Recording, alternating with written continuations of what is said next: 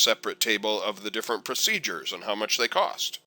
And then keeping track of what doctor did what kind of stuff, so I'd need a table about the doctors.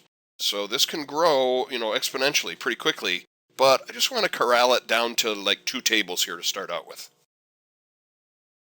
So now that I've got some of these ideas, maybe now I will go over to Microsoft Access and start creating these 2 tables. So I'm going to keep this document around here. We will refer to it as we go. In the meantime, I'm going to go back and crank up Access again. And we're going to start making a thing here from scratch. So come with me to the File tab, everybody.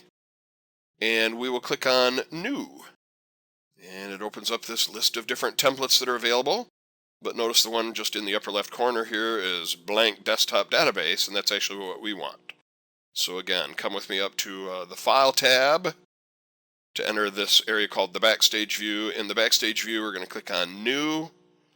And among all these different templates, we're going to go with blank desktop database.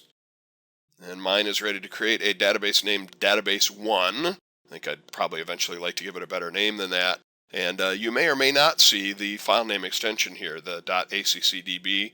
That's a Windows thing, not necessarily an Access thing. Also notice where it's ready to put this, in the Documents folder under my name.